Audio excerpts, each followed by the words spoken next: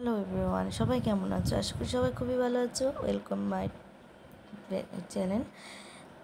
তোমরা দেখো, আজকে আমি নতুন একটা ব্লগ করছি। এটা কিছুদিন আগেকার ভিডিও। তো আমরা সবাই মিলে যাচ্ছি শ্যামামায়ের নতুন অ্যাড্রেসে, মন্দিরে।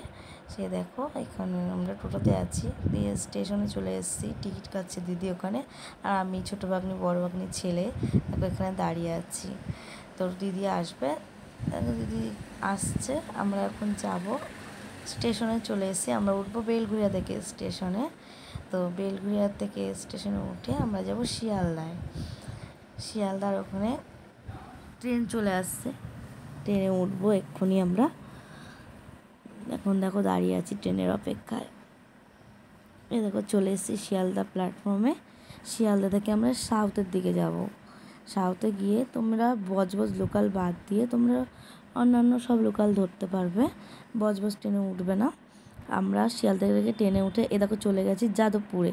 যাদবপুরে পার হয়ে ব্রিজের উপরে উঠে গেছি 1 নম্বরের দিকে।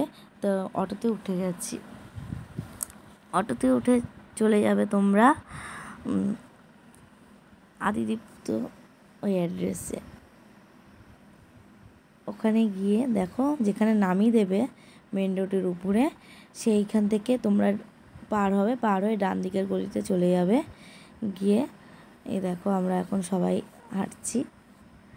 এই দেখো এখান থেকে সোজা চলে যাবে, সোজা গিয়ে দেখবে একটা হলুদ কালার বাড়ি আছে।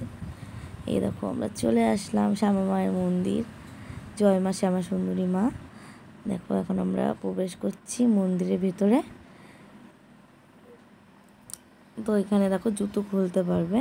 আর এখানে সকাল 8টার সময় পুজো হয়, আর দুপুর 12টার সময় 12:30টার সময় পুজো হয়। পুজো হয়ে অঞ্জলি দিয়ে তোমরা সবাই ভোগ খেতে পারবে।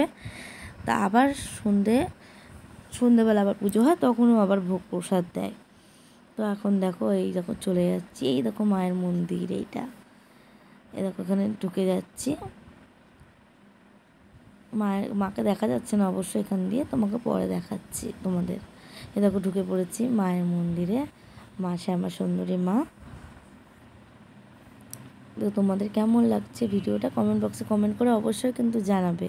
আমি নতুন ভিডিও করছি, কোনো মানে বিষয়ে যদি তোমাদের খারাপ লাগে তো ক্ষমা করে দিও। আমি অতটা তো জানি না, তার কারণেই। দেখো মাকে দেখতে কি অপূর্ব লাগছে না? আমরা কিন্তু অনেকক্ষণ বসে আছি, প্রায় 2 ঘন্টার মতো। আমরা টাইমটা তো জানতাম না, তার কারণে আমরা 2 ঘন্টার মতো বসে আছি মায়ের মন্দিরে। দেখো দেখো ব্রাহ্মণ পুজো করছে, ওই দেখো মায়ের ভোগ নিবেদন করছে। আমার যা লেগেছে না, তোমরা ওখানে যাবে, তোমরা ভোগ আরতিটা দেখবে, খুব সুন্দর খুব সুন্দর, তোমাদের গায়ে কাঁটা লেগে যাবে দেখবে। আমরা গেছি, মা সত্যি মা। আমরা যখন যাই মায়ের কাছে আমরা কি চাই, যে আমার এইটা ভালো করে দাও মা, আমার কাজ যাতে ঠিক হয়, আমার যাতে সংসার ভালো থাকে, আমার যাতে বাচ্চা ভালো থাকে, আমার যাতে স্বামী স্ত্রী আমরা দুজনেই ভালো থাকি। আমরা এইসবই চাই, আমাকে এই পরীক্ষায় পাশ করে দাও, আমরা যাতে ভালো থাকি।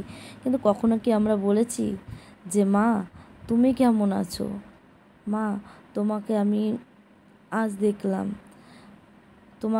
তুমি ভালো আছো তো? মায়ের কাছে কি আমরা কখনো এইসব বলি না। আমরা চাই আমাদের নিজেদের ভালো হোক, কিন্তু কখনোই জিজ্ঞাসা করি না মা কেমন আছে, তাই না বলো? এখানে গেলে তোমরা অনেক কিছু জানতে পারবে মায়ের বিষয়ে। খুব ভালো সবাই, এখানকার মানুষেরা খুব সুন্দর ব্যবহার। মায়ের ভোগ আরতি পুজো হয়ে গেলে পরে প্রসাদ দেবে এখানে।